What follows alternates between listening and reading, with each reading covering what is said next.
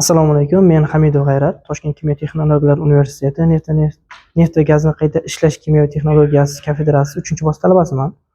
Menga berilgan mavzu bu texnologik sxema oltin gurt olish qurilmasining texnologik sxemasi hisoblanadi. Biz bu sxemada, ya'ni bu qurilmada birinchi bo'lib xomashyomiz nordon gaz hisoblanib, bu nordon gazni birinchi bo'lib separatorga, S1 separatorga yuboriladi. Bu separatorda asosiy vazifasi tomchi holatda suyuqlikni ajratib olish hisoblanadi. Bu tomchi holatda suyuq ajratib olingandan so'ng chiqish 2 yordamida chiqarib yuboriladi va yoqish kamerasi, ya'ni kotel utilizatorga yuboriladi. Bu ventilyator yordamida atmosfera havosi bilan birgalikda bir vaqtda ikkalasi yuboriladi. Bu ventilyator bilan yuborilgan atmosfera havosi, ya'ni oddiy havo isitgich va filtrdan o'tadi. Bu filtr vazifasi tozalab berish, bu isitgich vazifasi o'shani havoni isitib berish. Bu oldindan isitib berilgan gaz yonish impulsini va quvurlarning korroziyasini oldini olishga yordam beradi. Keyin kotel utilizatorda o'tgan gaz 500 gradusgacha sovitilib, R1 reaktoriga yuboriladi. Bu reaktorning vazifasi sero uglerod va sero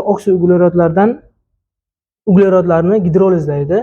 Bu hosil bo'lgan mahsulotning 90% ga yaqin qismi X1 kondensatorga yuboriladi. Bu kondensatorda vazifasi sovutish, ya'ni o'sha kelgan mahsulotni sovutib beradi.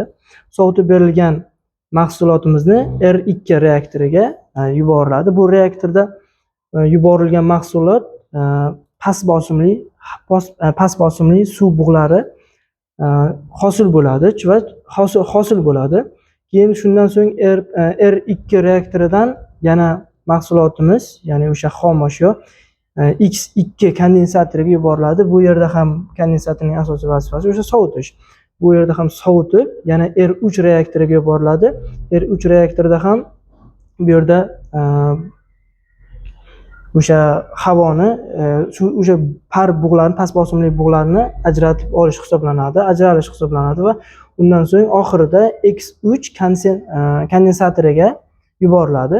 Bu kondensator, bu yerda reaktorimiz ham 3 ta, bu yerda kondensatorimiz ham 3 ta. Buning asosiy vazifasi bosqichma-bosqich, ya'ni bu yerda xomashyoni qayta tozalanishi, bu o'sha olinayotgan xomashyoni sifatli bo'lishiga, uning tarkibining toza bo'lishiga yordam beradi va oxirida 3 ta bosqichdan o'tgandan so'ng X3 kondensatorga yuborilgandan so'ng hosil bo'lgan mahsulot chiqarib tashlanadi. Menga berilgan mavzu shu edi. E'tiboringiz uchun rahmat.